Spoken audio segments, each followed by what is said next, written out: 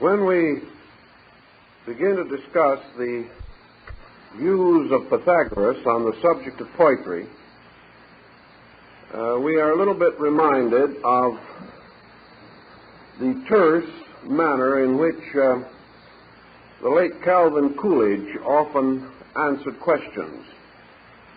We can say of Pythagoras, he was for it. And from this point on, we have to look elsewhere for further information.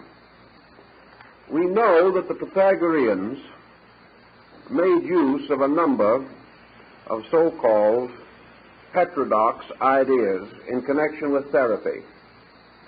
We also realize that nearly all of the work of Pythagoras was highly specialized and highly scientific.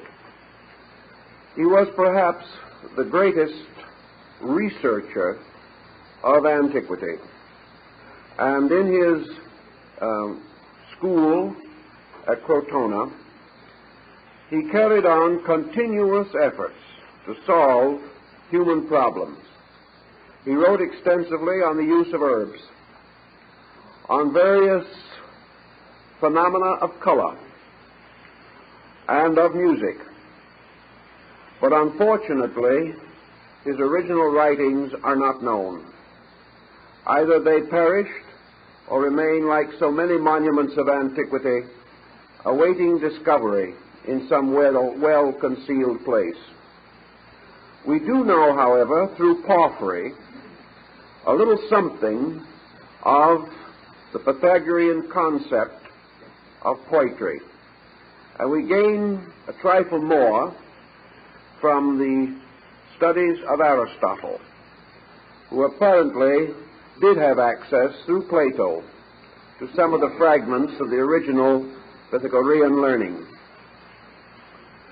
Out of Porphyry, for example, we find a fragment such as this, that ailments upon the right side of the body should be treated by odd meter, and that on the left, and those on the left by even meter. Now this does not seem much, but it does tell us that it was more than a mere enjoyment of good reading by the sick, that there was a special purpose involved.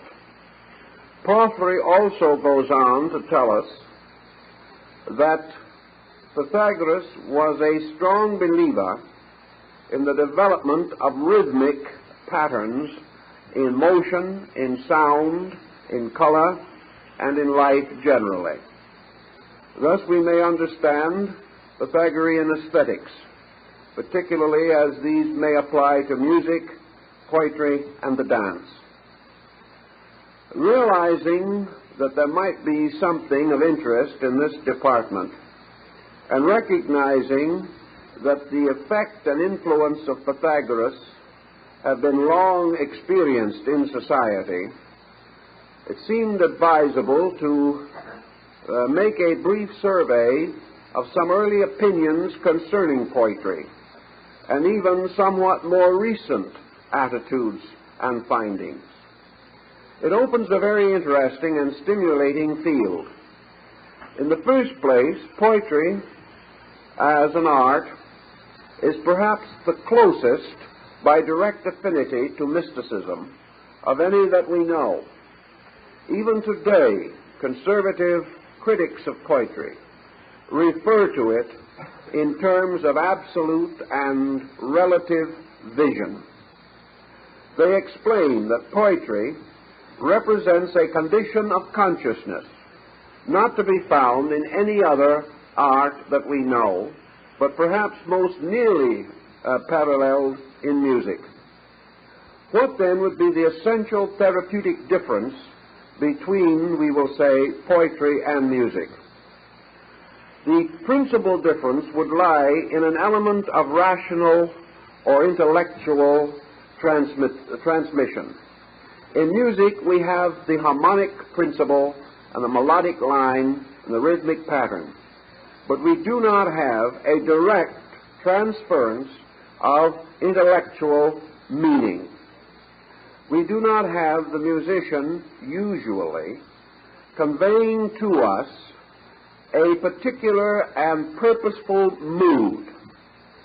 Now, we may definitely feel that music does carry, and it does, a tremendous emotional surge. Music can cause us to feel. It can, to a measure, direct the condition or direction of feeling. It can give us a sense of exaltation. It can depress us. It can stimulate, pacify. It can produce a series of these moods. But with poetry, something else is added, and that is a particular and direct meaning, a meaning conveyed by words. This means, of course, that poetry is somewhat less universal than music, inasmuch as music will cut through the barriers of language. On the other hand, poetry is more intimate, more personal, and the creativity of poetry is more universal than the power of the average individual to compose or create music. The creation of music generally requires a highly specialized type of training, whereas the creation of poetry, some of the greatest poetry that we know, has resulted from comparatively little technical knowledge. It has arisen as a more direct expression of rhythm in consciousness itself. Thus, we have many persons, comparatively, without technical knowledge, even of poetry, who are able to create good poems. Create them because of certain laws or principles resident in consciousness itself. Pythagoras, of course, differed from modern man in a number of his attitudes toward health. Whereas today we throw particular therapy against particular ailments, the Pythagoreans were inclined to use a general therapy against a general ailment. The Pythagoreans were among the early psychologists to recognize that man's particular difficulties in life arise from general principles, from factors perhaps deeply submerged, but that the person is not sick because of one thing that he does, nor can he be caused to recover by the direct treatment of his immediate ailment only. We may be able to cure the ailment or treat it successfully, but curing the ailment does not mean curing the person. We may neutralize certain expressions of excess, whether these be psychological or physical. But we have a larger problem, and that is preventive medicine. We have the need of recognizing that health is a natural state, that the primary end of therapy is to preserve health, not to restore it. The fact that the individual is subject to innumerable ailments must bear witness to innumerable weaknesses in his own consciousness. To reach these weaknesses may and usually does imply a general restoration of his nature, not the mere correction of a particular difficulty. Thus, we do treat particulars when they arise, but only when they arise. And by that time, our essential problem of health has already passed into a problem of sickness. The prevention of the rise of particular difficulties requires the establishment of general principles. The individual must keep his health from the total psychological integration of himself. He may lose his health in any particular if this total integration is insufficient. Thus, Pythagoras, instead of thinking constantly on how to merely remedy certain ailments, recognized that there is a primary type of ailment. and that this ailment arises from psychic disturbance involving the total personality. The sick individual is telling us something beside the symptoms which we are able to immediately recognize. He is telling us that in various ways there are shortcomings in his general nature. These shortcomings do not provide the energy necessary for the restoration of the balance or equilibrium which would preserve health.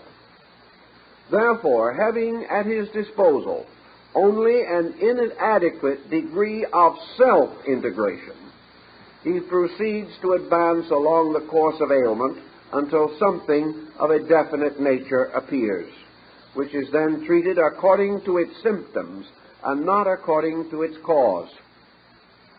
If, therefore, man is subject to innumerable vicissitudes of health and emotion, it is also true that he is troubled or burdened by innumerable restrictions or limitations within his own consciousness.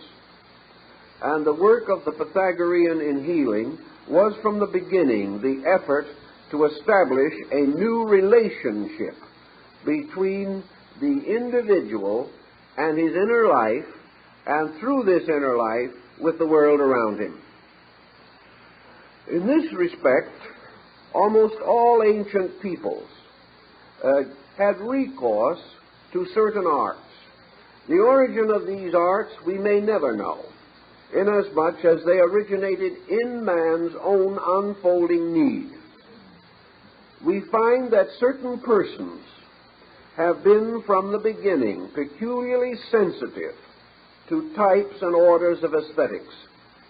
That primitive peoples not only have music and rhythm and the dance and song and mantram, but that these various aesthetic expressions become part of their entire social culture. Primitive society, as one anthropologist has noted, is actually founded squarely upon primitive ritual. And this primitive ritual is nearly always a ritual of song, dance, and rhythms. Now, why man should instinctively and inevitably come to this rhythmic approach to life can be explained perhaps best in terms of his own psychic organization. As Lao Tzu, the Chinese philosopher, pointed out, life is motion. Good life is good motion. Poor life is poor motion. Motion in which there is dissonance, discord, broken rhythms will be the poor kind of motion. Motion which moves, flows, and unfolds harmonically, rhythmically, melodically, gracefully. Such motion bespeaks health. Therefore, the cultivation of motion begins within the individual himself and requires a certain imposing of self-discipline upon motion. Motion is very closely interrelated with emotion. Emotion is a kind of motion. It is a qualitative motion within the soul itself. Therefore, emotion must also be rhythmic and harmonic, or else it will be dissonant, and all discordant actions of man arise from discord within man, and in turn impose discord upon society. Society, thus afflicted by the discords of the individual, becomes itself discordant and reacts upon the internal rhythm of each person making up the social order.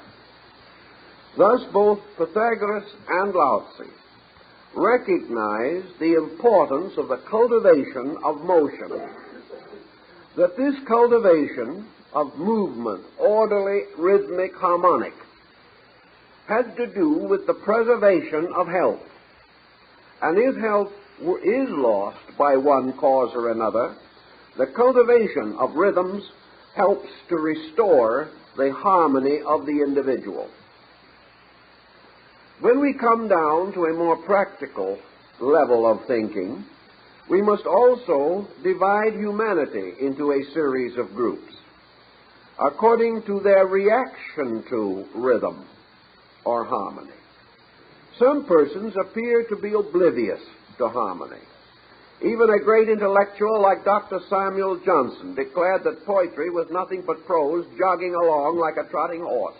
He had no real understanding of it or appreciation for it. The same attitude has been present in a number of intellectuals.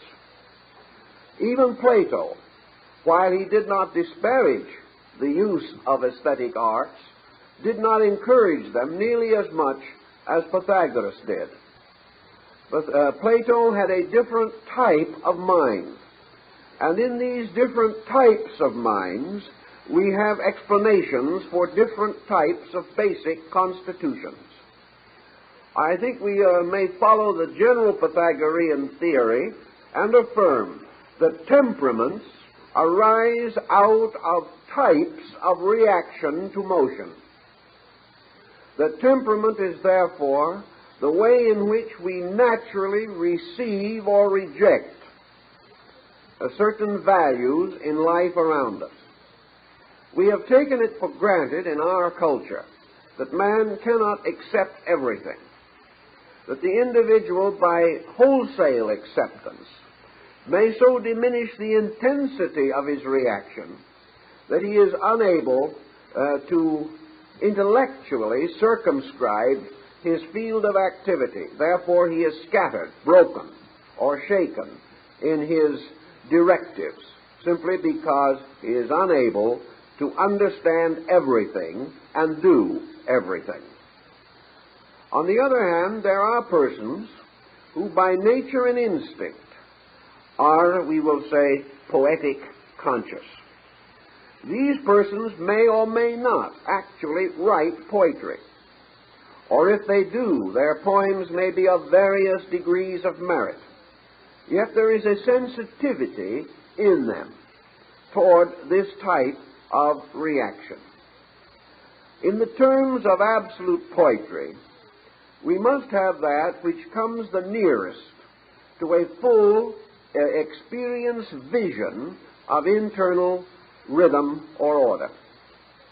Relative poetry is that in which essentially the poetic mood is subservient to a transmissional form of some kind. Therefore, under relative poetry, we have that in which meaning dominates rhythm. We have the intellectual type of poetry. We have the propaganda. We have the military rhythms. We also have such things as anthems and things of that nature, in which actually we are using harmony or poetry as a means of transmitting a basic or fundamental idea. This idea, by the way, has a greater probability of being remembered or transmitted in poetic form than it has in prose form. The mind of man is curiously receptive to rhythms and is able to hold on to patterns that are rhythmed more easily than patterns lacking this quality. Also, we must admit that there is a considerable amount of poetry which is locked within prose structure. A great many prose works are actually of high poetic quality by the very use and selection of words and by the musical rhythms of the prose text itself. We find this, for example, as a common circumstance in many sacred writings, in which by virtue of the way in which they are versed and ordered, and by the sublimity of their language forms, they give us rather the impression of poetry than of prose. We also know, for example, that in our own Bible, many works that are now in magnificent prose were originally poetic. And to a measure, this poetic substance has survived in prose, as, for example, the book of Psalms and sections of the book of Job. In these points, we also note that the tendency of man has been to recognize poetry as nearer to sacred writing than prose in the majority of instances. The Greek oracles at Delphi and other places were nearly always revealed in the form of poetry, usually hexameter verse. Thus it came to the Greek consciousness that prose was the language of men and poetry was the language of the gods. When we analyze this more carefully, we are really saying that poetry is the language of man's spiritual internal. It is the language of the transmission of vision to mind. For in everything which man performs, the value or essential integrity must be clearly present. It would seem that the interior psychic life of man not only reveals great truths of consciousness, but also reveals them according to the very law of consciousness itself, which means that it reveals them harmonically, inasmuch as consciousness by its own nature does not contain any breaks, any broken rhythms, or any crudities of presentation of its own context. Thus, in the study of poetry, we come to a series of facts about man's own inner life.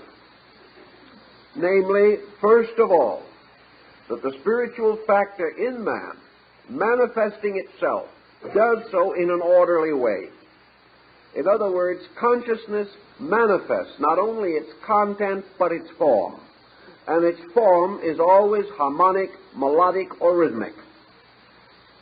On the other hand, the labors of man, arising from faulty or incomplete intellection, are distinguished nearly always by inconsistency, incompleteness, or the confusion of ill-digested material. Man lives in a world here in which the known and the unknown mingle in a confused mass, and out of this confusion must inevitably come a kind of reaction in which the content cannot follow smoothly. The person is subject to continuous interruption and the continuous changing of perspective. He is not able to maintain his own equilibrium. Therefore, to the degree that he descends into the material affairs of life, it was held by the ancients that he entered into a state of prose. We think of it perhaps at prose as being closely related to prosaic, and there is undoubtedly a psychic sympathy. The word poetry, coming from the Greek, simply means to make, to fashion, or to create. Therefore, the maker of a poem is a kind of creator. He fashions something. But the poetic consciousness with which he fashions is part of a universal consciousness in which rhythm and order are essentially inherent and therefore continuously present in manifestation. We have a wide range of poetic thought in relationship to Eastern philosophy and culture. And perhaps the greatest exponents of this in Asia are the Chinese, Koreans, and Japanese. In these groups, we find, for instance, the creation of the poem as a symbol of respect. We find that if a Chinese gentleman secures an admirable work of art, particularly a fine painting, which he regards with extreme respect and veneration, he will contemplate this painting. He will meditate upon it. He will search it as an experience of his own consciousness. he will try to unfold within himself the meaning of this picture to him. And when he feels that he has achieved this, he will write a poem. He will usually write a very brief poem and place it upon the margin of the painting in his own beautiful handwriting, which is itself an expression of almost uninterrupted rhythm. He will then seal it with his seal, and the poem and the picture will go on to future generations. Another owner may also experiment or react to this. His reaction may be different from the first owner. He will then add another poem. And in some of the very rare and early paintings, it becomes increasingly difficult to see the picture for the poems. But each of these poems has a distinct meaning of its own. It represents tribute. It represents the individual giving expression to his own interior feeling about a thing. And to many Orientals, this expression is as beautiful as the picture, inasmuch as it arises from the sole concept of the person. Therefore, we find frequently in Asiatic art that the picture is completely omitted from the scroll, and that the great poet simply prepares his poem, frames it as you would a picture, and hangs it on the wall. This poem becomes a kind of picture, inasmuch as it creates a mood. Thus we find in Asia particularly poetry and art interchanging, complementing each other, substituting for each other. In Asia also, where the contemplative life is somewhat stronger than it is in the West, poetry and literature become the great release media for the intellectual. In our Western world, we would not expect a scientist to be a poet. We feel that if he did write poetry, he would write something about relative states of gravity and so on, and we wouldn't find it particularly entertaining. But in the East, we expect the scientist to be a poet. We would regard him as an imperfect scientist. Unless he could come home from his laboratory or his school or wherever he may be, put on his simple home costume, go out and sit quietly in his bamboo grove and write a poem. If he could not do this, we would begin to wonder what kind of a scientist he was. We would say to ourselves, such men are dangerous. We would feel that this person, lacking interior imagination, lacking the power to touch or tap sources of beauty within himself, might be a rather brittle intellectual with whom we would have trouble one of these days. The same of the merchant. It would not be easy to assume today that someone, under the stress of Western business, would go home from a busy day at the office and dash off an ode or something like that. But this would happen in Asia, and while we have heavy pressures on us, Asia has also had many pressures with fewer resources to meet them than we have ever known. It is therefore part of culture, particularly pointed out by Lao Tzu and Confucius, that the intellectual, the practical man, the scientist, the philosopher, the warrior, all these should write poetry, not only because it was a cultural requirement, but because it was a catharsis for a confused soul. It gave to the individual a peculiar ability to examine himself, to discover whether he had kept in touch with the deep springs and sources of his own consciousness. And if his consciousness becomes confused, if he is no longer able to divide consciousness from intellectual activity, if he is no longer able to divide his own internal life from his external profession, he is coming sick. He is becoming ill by degrees.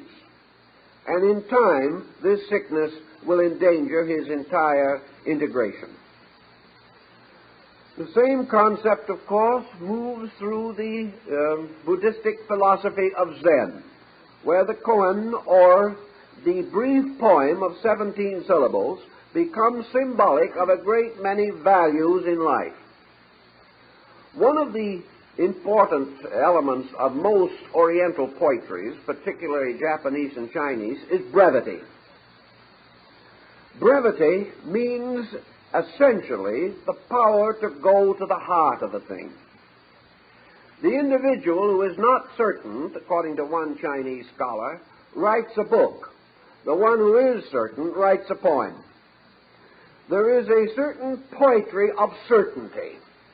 If the individual cannot reveal his soul in 17 syllables, he cannot reveal it at all.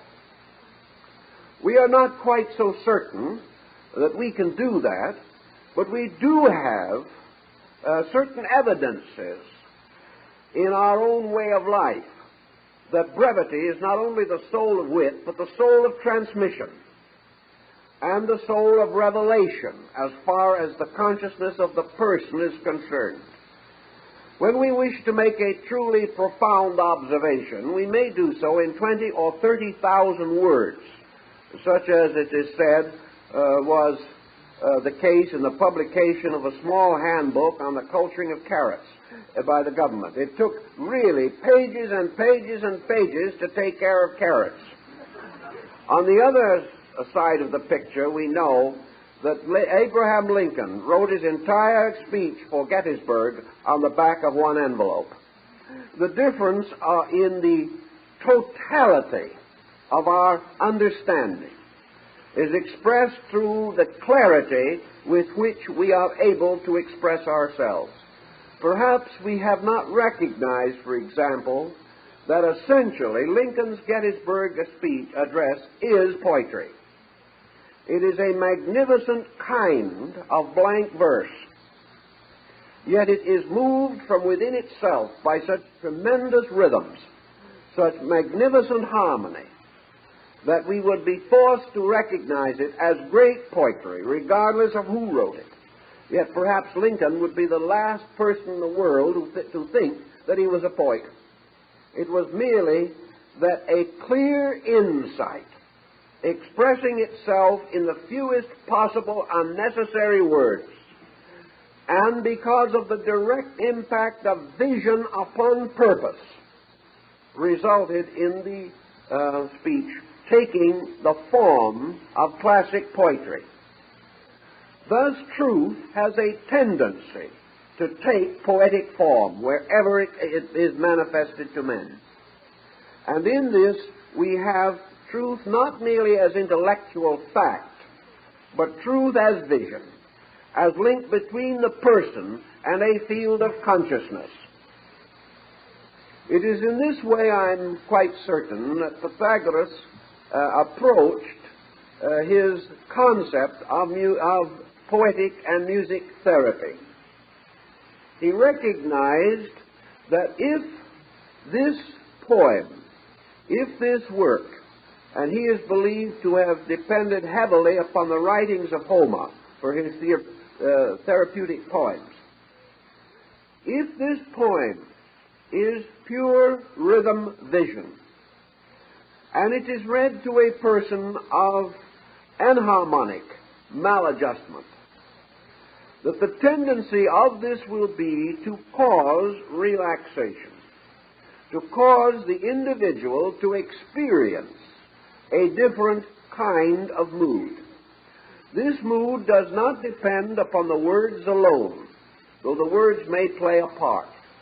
It depends primarily upon the psychic recognition of the harmonic principle. This recognition is intuitive. The human being who lacks the ability to recognize rhythmic motion as inspiration or as a source of well-being should of himself begin to examine his own nature, because he is blocking his psychic life in some way.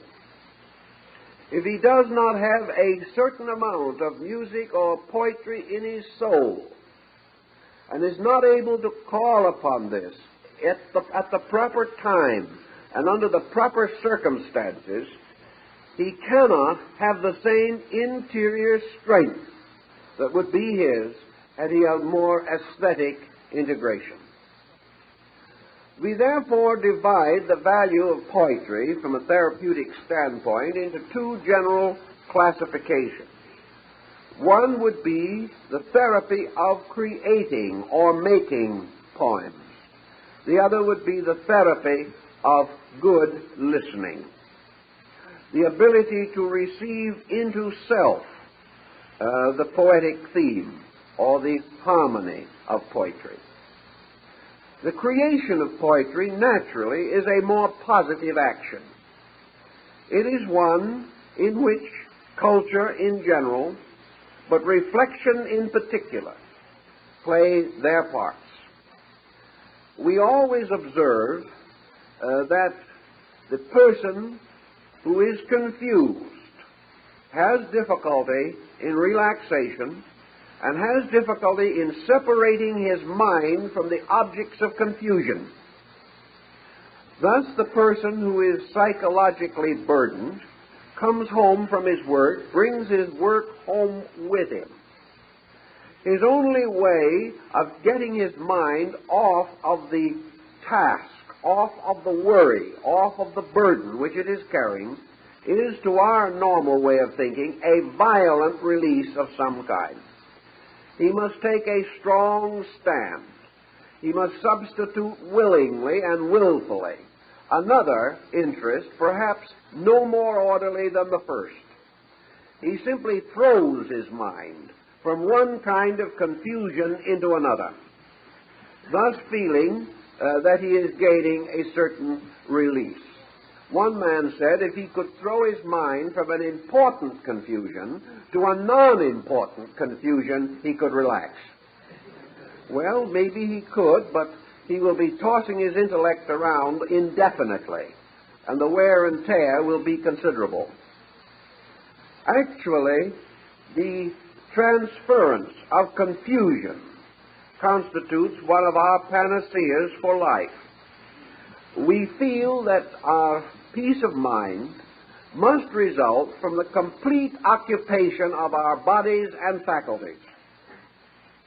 We are afraid of anything which actually suggests total relaxation. We are afraid we shall go to pieces. We are afraid we can no longer control ourselves if we once let down these barriers of will by which we dam up the currents and torrents within ourselves.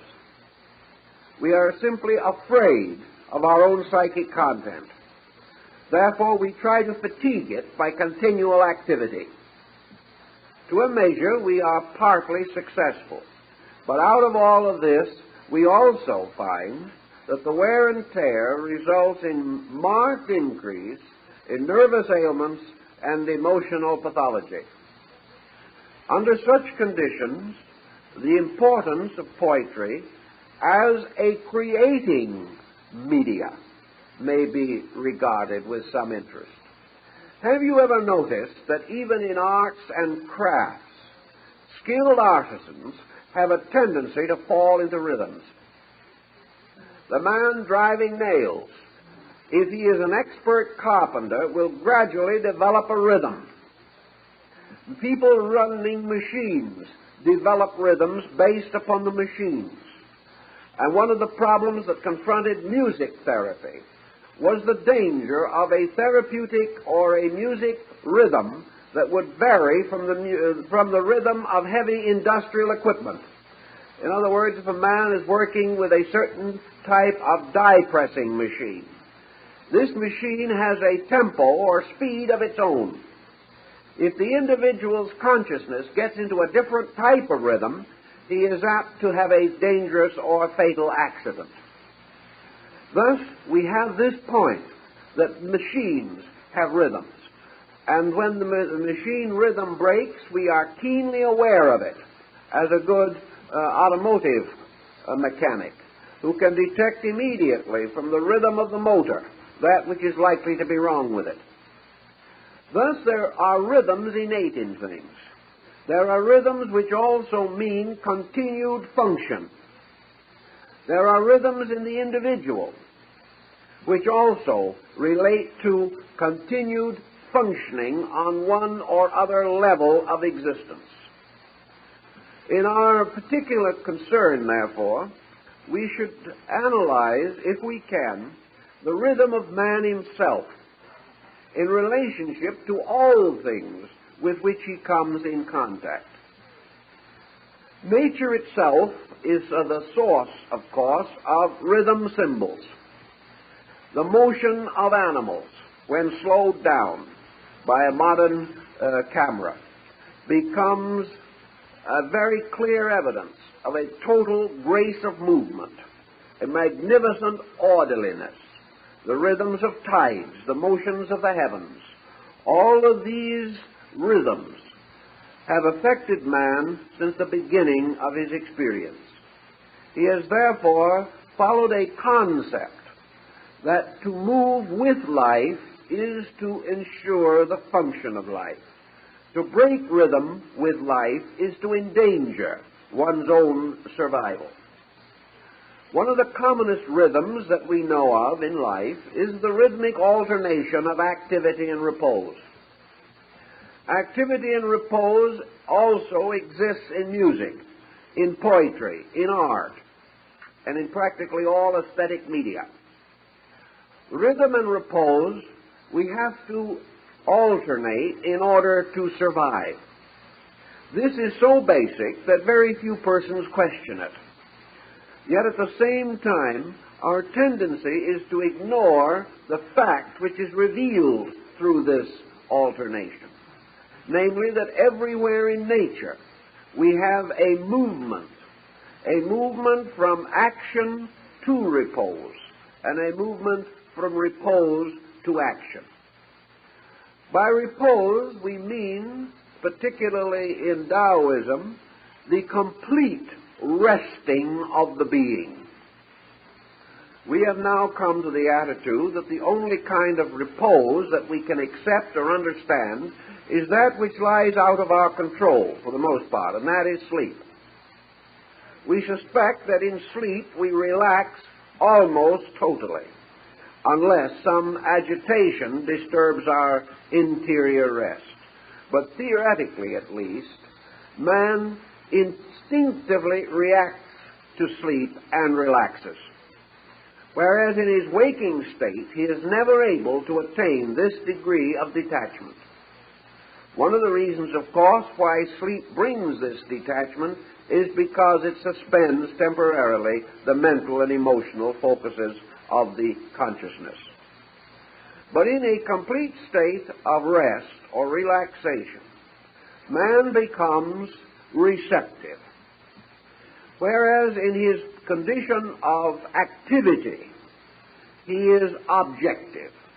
Therefore, in his life, there is a continual alternation between objectivity and receptivity, between aggressive action and receptive action, not receptivity alone, inasmuch as receptivity is also an action of consciousness. Thus, the polarities do not represent action and inertia, but rather two polarized motions, one a flowing out from consciousness and the other a flowing back toward consciousness.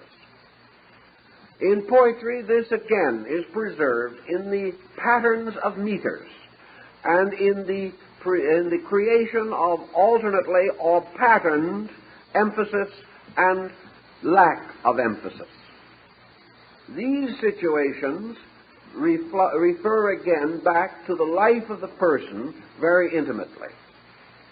For every action that man performs which is aggressive, outmoving, and affecting environment or his own exterior standing, there must be a parallel or accompanying reaction. On the level of our conduct, we incline to consider this as the law of karma, because the quality of the action, in most instances, causes the reaction to be unpleasant. Therefore, activity results in fatigue, which we to a measure object to, or a certain particular kind of stress leads to a reaction of a stressful kind, and we are continually plagued by the reaction of action itself.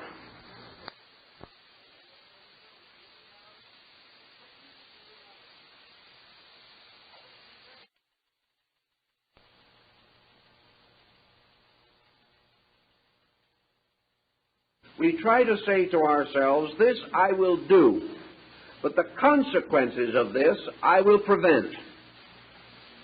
I will block it in some way. I will have an unpleasant thought, but I will immediately strive in one way or another to make it difficult for this thought to have its proper and inevitable fulfillment in my own nature. So defense against reaction becomes necessary because of the inadequate quality of the action itself. This breaks patterns, breaks law and order, and subjects the individual to the infirmities which come from what the moralist terms disobedience. Disobedience being violation of the basic rhythm of life. If, therefore, a person having a certain type of daily experience is able to let go of this experience, which is very largely an intellectual, emotional pattern, and recognize the importance of the element of creativity, he should and must make something. The word poetry, therefore, meaning to make, implies one of the most important outlets of those who are in the need of creative expression. This is not in any sense of the word intended to depreciate any of the various avocational interests which have been developed in recent years as a means of balancing man's psychic tension. There seems to be no question in the world that the new rise of interest in good music and the tremendous amount now being spent by average citizens for stereophonic sound and things of this nature represents, in total, a natural interior reaction to need. We have come more and more also to recognize that need is largely individual, that we simply cannot tune on a program which 10 million people are listening to and find it always satisfactory to ourselves. Therefore, individual selection in music, as in art, becomes imperative. And out of this individual selection, we have restored what appeared to be a lost industry, and that is the recording and the tape record of good music. We are returning the individual musical reproducing unit into the home. If this be the basic pattern of something, we also have to realize that many so-called avocational interests are merely switch vocations. They do not reach into the core of our need.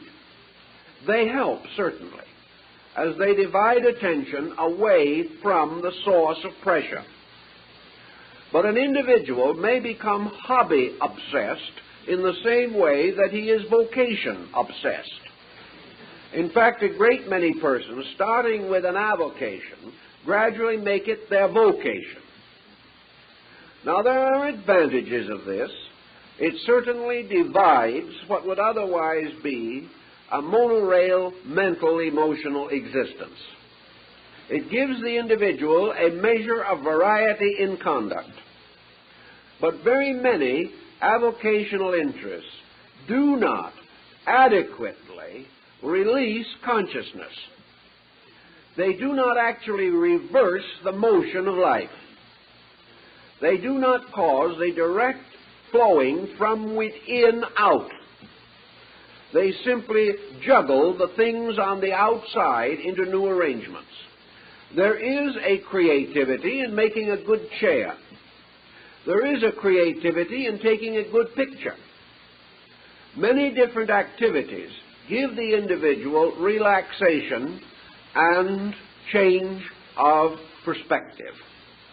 But there is something that is not quite perfect in the fact that an individual who spends all his days in a banking office has no other internal resource except to go home and cut out a bookcase.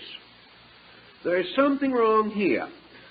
It is better that he makes the bookcase rather than do nothing. But there is something still better that he could do.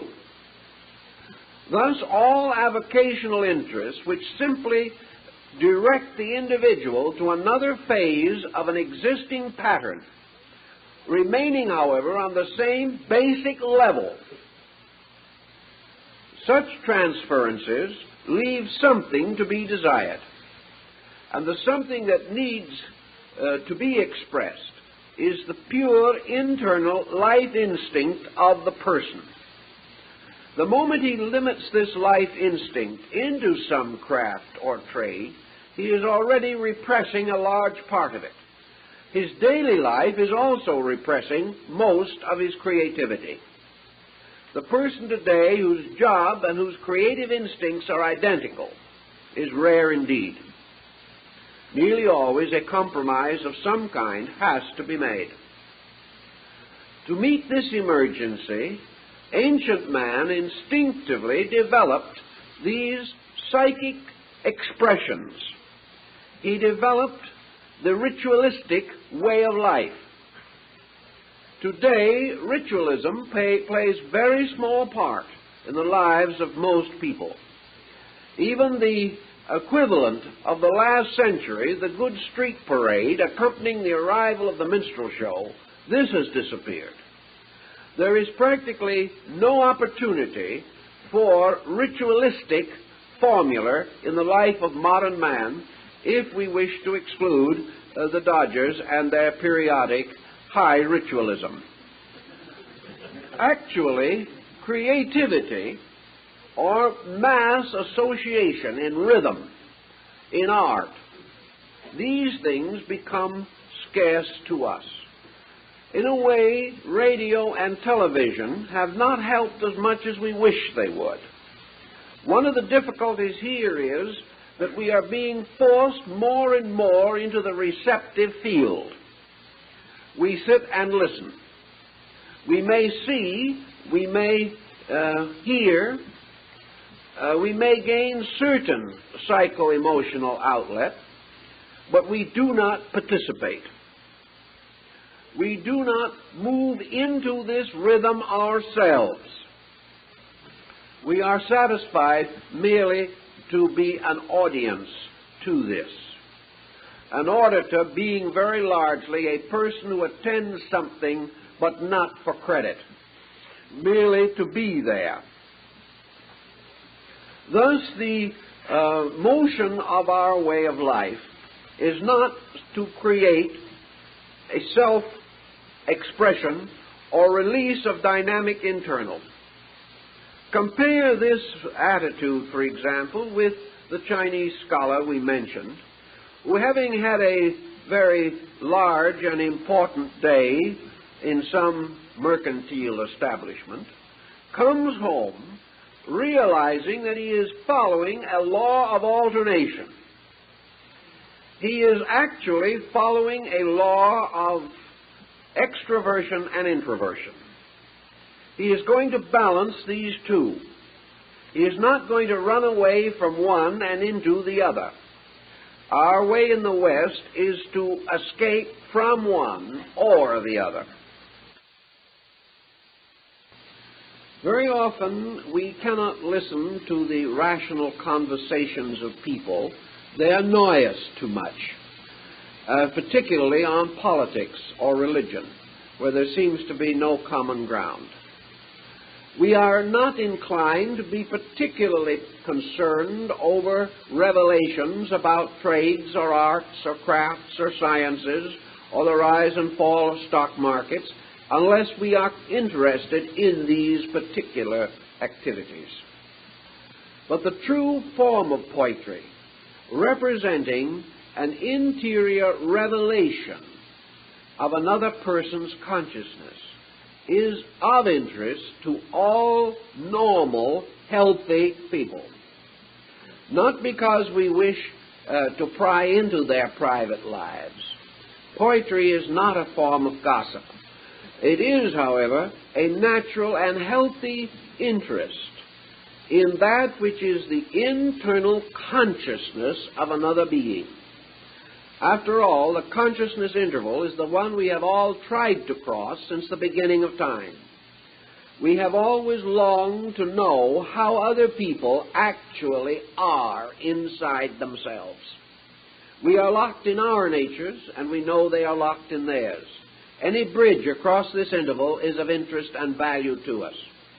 It is also of great social value to us, inasmuch as poetry can become the basis of understanding, where all other more technical forms of knowledge cannot break through. So as a sympathetic listener, we seek to sense something of the mood, of the inner life which lies behind even the simplest verse. Sometimes we find ourselves bewildered by simplicity. Sometimes we are unable to move ourselves into so natural and contented an attitude that 4 or 8 lines of a poem is sufficient to give us a very warm and rich experience. But here again, a discipline suggests itself. If we are unable to find something in that which has meant something to another, we have more work to do on ourselves. The mere discarding of this as unimportant simply leaves us impoverished and with further barriers between our own lives and the lives of others. And barriers also cause sickness. They cause other people to be sick for lack of understanding. And they cause us to be sick because we have not understood. All this subtle exchange of psychic content is perhaps more clearly and more immediately available in poetry than in any other art that we know. It has also been pointed out that poetry has a kind of illumination about it. Even the most conservative critics of poetry have pointed to the prophetic mood of it, that a very great number of our so-called exact scientific, philosophical, industrial, economic facts have been discovered by poets. The poet never knew that he discovered them. He didn't care. All he was doing was expressing the law moving through him. If he was correct, he was an explorer of regions where more prosaic minds could follow. It has also been pointed very definitely to our attention that where a great social message is implied, where it is necessary to lift man from one level of human achievement to another, that a large part of the world's most impressive, inspirational message has come to us in the form of poetry. That it has picked us out of despond, that it has resurrected integrities in human nature, that it has given us hope under great stress and strain. And the poem has become a universal force in the continuing advancement of humanity on all social and psychological levels. Now, our next concern in this matter is, therefore, the effect of poetry as therapy in your own life. And here I think we also have something of value. Recognizing the primary importance of rhythm and of harmony and of creativity, we have in poetry a possibility within the average reach by which the person can create new integrations in himself.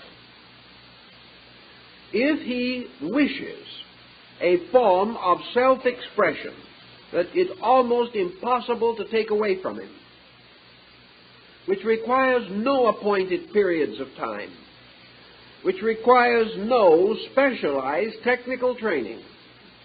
He may work with poetry. Now, some poets will say that this is a broad statement, that certain specialized training is necessary. It is desirable if it is available. But on the other hand, it is not necessary. It is less necessary in poetry than in any other form of literature. The great thing that is necessary in poetry is integrity, a tremendous interior honesty. Actually, the release of spiritual content will be as beautiful as our facilities permit. We instinctively draw heavily upon all resources in the state of sublimity. And in poetry, the individual is ineffective, completely so, unless a certain transference of levels occurs within himself. The critic points out that the technical poet, textbooks on poetry, all point out that a poem is produced as the result of an integration upon a level different from that of ordinary activity. The individual loses himself in something. At that particular time, a mood comes over him, the mood of the poet. The ancients felt this mood so strongly that they assumed that it was an entity, and they created a muse of poetry, and they dedicated most of their poems to this muse. They felt that poetry arose in a spiritual being, and that a poet was one who was able to sense this being, and upon whom this being bestowed its favors in the form of great verse. The followers of Pegasus, the winged horse of verse, therefore built their own mysteries, their rituals, their rites, and their ceremonies, and they invoked their muses with all the integrity and sincerity of any devout religious group. Their interpretation, however, rested upon this thing that happened to themselves. They felt that they entered temporarily into a curious pattern of unworldliness, that at this particular time something moved in them, something lifted itself in their own consciousness, and they became united with a sense of interior vision, and a strong emotional factor was present. There can be no great poetry without some kind of emotion. But it was a kind of emotion that to the average person was more clean than the ordinary emotions of life. It was an emotion in which the search for the beautiful, or the effort to express the discovery of value, these pressures became irresistible. There was a desire to share. There was a sense of the spiritual significance, the doctrinal import of this form of self-expression. Also, due to the very nature of immediate impact, the individual, under the tremendous impact of a total reality, has always been described as speechless. The faculties of great oratory disappear under the impact of a tremendous emotional fact, a revelation of life itself. Immediately the mind, having experienced this, has the instinct to give it, to share it, to express it, to release it into environment, and immediately also discovers the hopeless inadequacy of words. In this dilemma, and it is the dilemma of great poetry, That which is not available in the term of word is made partly available through interval. Pythagoras pointed out that the music of the spheres was not generated by the planets, but by the intervals between them. And in poetry, we have a certain sublimity bestowed by interval and meter. We have certain use of pattern to make up for the inadequacy of word. A mystical experience in itself has a certain metrical quality, if we are able to grasp it. Among other things that we sense in mysticism is order, tremendous sweeps of rhythm, as expressed in Milton and in Dante and in many others of the great poets. So we use this medium in part, and then usually a very humble and very simple selection of words. The greatest of all vision poetry, arising from mystical experience, has almost the scriptural simplicity that we find in the words of Jesus. There is very little involvement. The entire sublimity is carried by the order and pattern, and by words used more nearly according to true meaning than in any other speech that we make. So the resulting poem has a curious impact. It has the impact of purity. It has the impact of something of the impossibility of transmission, which itself becomes sacred. It also has the impact of nobility of sound order, rhythm, mantram. And, of course, it has the tremendous strength of being stated in the simplest possible words. The proof of vision is this very simplicity itself. So out of this, man gains a peculiar sense of participation in value beyond himself. And this participation is therapeutic. There is no question in the world that it can and does react into man to cause him to come to a more harmonic relationship with life. In mysticism, then, we do find a strong tie between a mystical experience and the poetic form of recording or perpetuation. We find that if we go deep enough into man, we find beauty. And we find this beauty expressing itself in the simplest forms of language.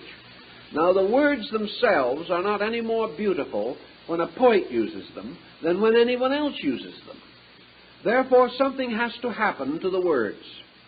They have to be divided away from common usage. And we divide them away from common usage and demand an entirely new perspective toward them because of meter. We therefore transfer them from the language of the everyday to the language of the gods. And by so doing, they become instinctively accepted by us as having a meaning or authority that is separate from profane utterances. Now, we often speak of the poetry of living, the poetry of movement. We have many ways in which we use the term, but always we apply it to something that has a particular, special, dedicated integrity, moving in it and with it and through it. In our daily living, therefore, if we are inclined to have a certain type of fatigue, if we are inclined to wonder about the integration of our internal resources, it may well be that we could profitably include a certain amount of poetry reading in our list of desirable avocational activities. It is probable that we may first have to read or to become a little more aware of poetry before it is possible for us to create poems. And of course it is not important whether these poems are ever published or not.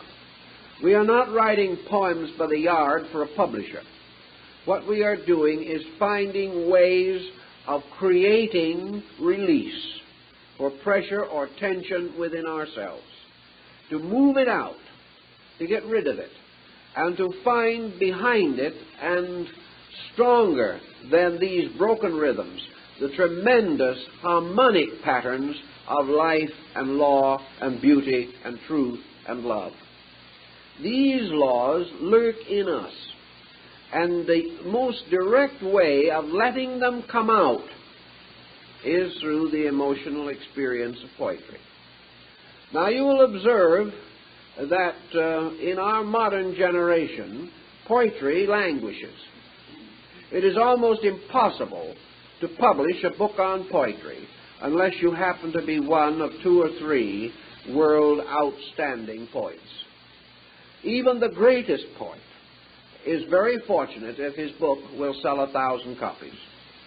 Today we have very little interest in poetry. Poetry, to the large degree, languishes, except what might be termed serio-comic poetry. Various little prancing melodies that amuse us or are created merely as caricatures of life itself. We find then a certain fatalism, a certain brittleness, a sarcasm, a cynical attitude toward life, and a group of modern poetry which is distinguished largely for its non-melodic and non-harmonic forms, not necessarily just blank verse, which can be great verse, but poetry arising largely from psychosis itself. We know such poems. We read them too frequently. We observe also that poetry, instead of being, as it was to the ancients, a ministering goddess, is to us merely another example of our own disillusionment. Our impoverishment in this form of literature is consistent with the general psychic impoverishment we are going through. We cannot necessarily demand that other people change their ways, but we do know that we have an inheritance of great art, great music, and great poetry. We also realize the possibility that great poetry will help us to establish rhythms, will help us to feel melodic harmony in our own minds and emotions, and that it is quite possible that with moderate experimentation in this field, that we shall also find poetry as a means of personal release, of restating for ourselves convictions that do not mean much in prose. They become too matter-of-fact, too commonplace. But in poetry they suddenly become divine. And this search for a means of expressing great spiritual conviction leads us naturally into the realm of great poetry. Pythagoras read poems to put people into a more peaceful mood, to direct certain rhythms toward the remedying of ailments. And I think elaborate research could be carried, because the exact therapy probably lies in the combination of the meaning and the meter. There is a meaning peculiar to meter. There is a meter peculiar to meaning.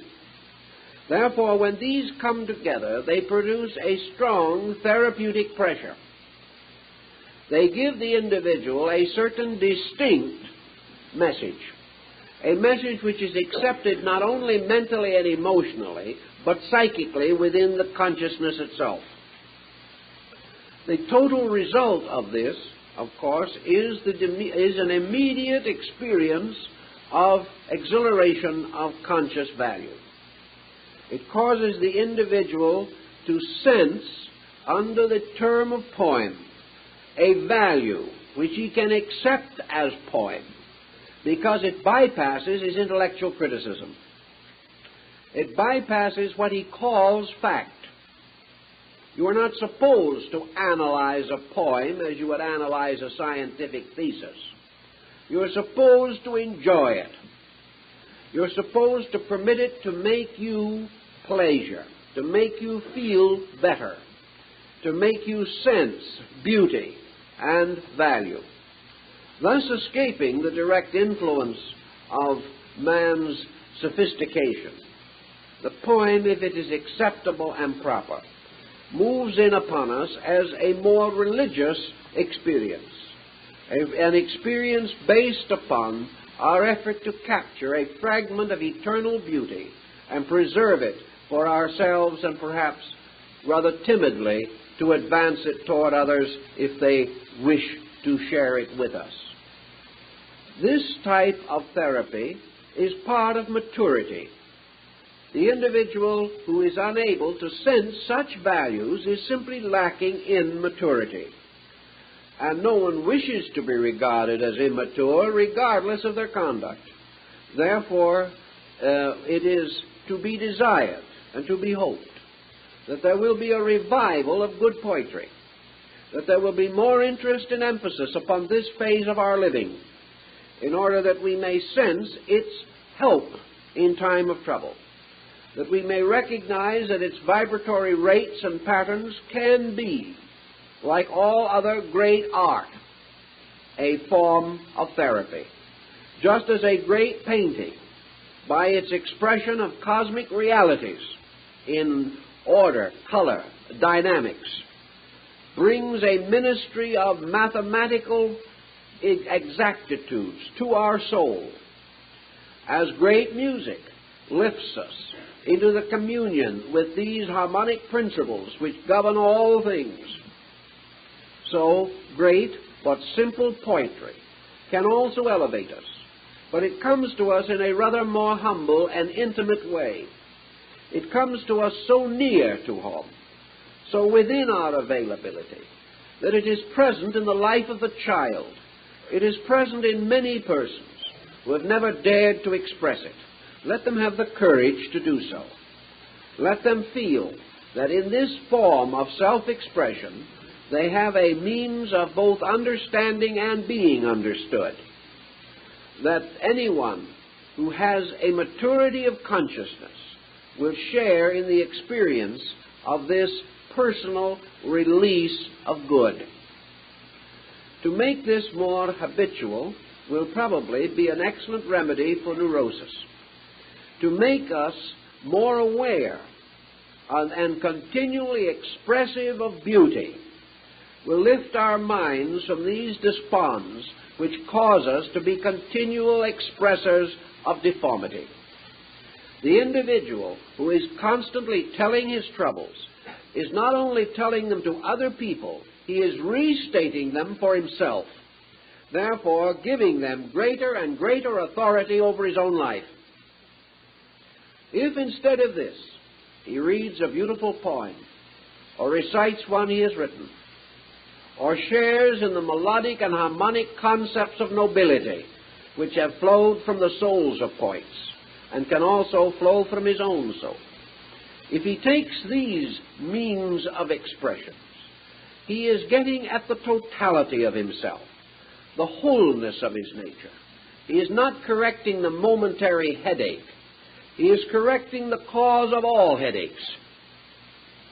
He is not merely solving the imminent crisis in his family.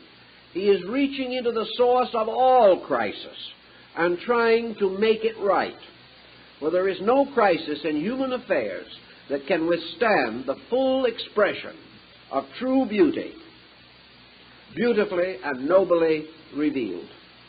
And in this type of feeling and in type of thinking, we have the maturity which is necessary to bring security, peace, and integrity to our way of life. Time's up.